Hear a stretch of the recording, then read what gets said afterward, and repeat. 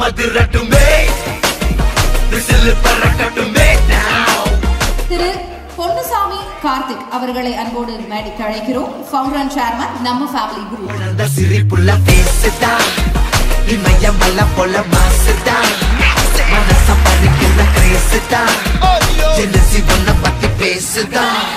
நம்பிக்கை நட்சத்திரம் விருதினையும் நற்சான்றினையும் ஏற்க திரு மணிகண்டன் அவர்களை அன்போடு மேடைக்கு அழைக்கிறோம்.